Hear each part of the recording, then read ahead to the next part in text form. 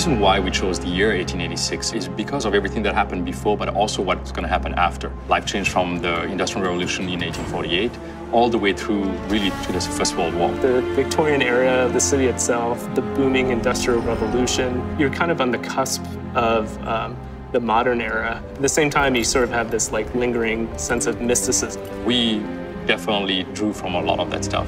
I remember being enamored with the whole idea of Camelot and the Knights of the Round Table, something that was not religious, but really, about humanity. If you look at the Arthurian legend, there's some of them that go back to pre-Roman, Celtic, and we wanted to get that kind of Celtic lineage back into the oldest part of the order. It's so rich with the lore, with those interaction and people, these noble knights basically protecting humanity. And it was like, well, if we could meld a story like that, if we build those people, if we build something that is slightly outside the bounds of reality, can we make it real enough? We want that kind of double take where it feels like the 1886 that was, but then kind of out of the corner of your eye, it's like, well, there's certain things where we deliberately kind of deviate from history just to have that balance between getting that first read of believability and sort of the second read of, wow, that's kind of cool and different. We tried to echo a lot of things that were true of the time. We didn't want to recreate history, we wanted to twist it. We just poured over kind of the history of the era,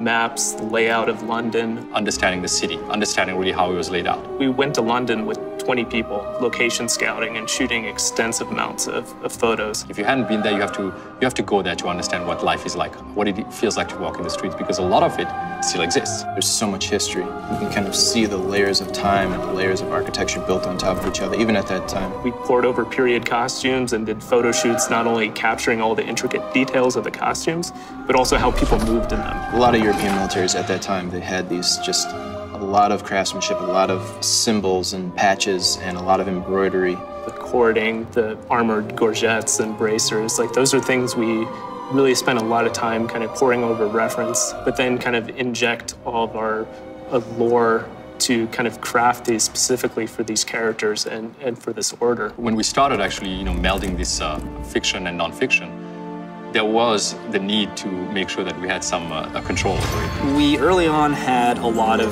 elements that were kind of more fantastic. It was very tempting and very easy early on to go like, if we're gonna do alternate history, let's alter the world a lot. The risk of approaching a game like this and bringing that balance between fiction and nonfiction, once you've basically, broken that suspension of disbelief, there is no, buying it back from the player. That kind of undermined the reality and the believability of the situations and the characters, and then it was kind of like all bets are off. We didn't want everything to be kind of pushed into alternate history. So more often than not, modes of transportation is the same, like horse-drawn carriages. But then there's technologies like airships that it did exist in that era, but we kind of pushed them ahead in the time frame. We brought in things that were potentially, 2-3 decades ahead of its time, brought them back into the 1886 era. We were able to keep the overall kind of skyline of London, but then you see certain things like the mooring towers for the airships and the searchlights with them that give you this kind of layered, kind of alternate twist to the feeling of the world. And that's really the doctrine we followed throughout the game. It's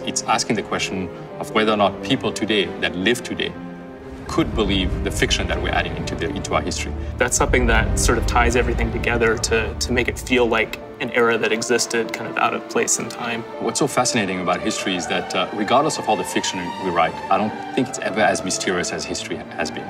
You can go back and read books about events that have happened in the past, and they're really never 100% true. There's always something that actually is slightly off.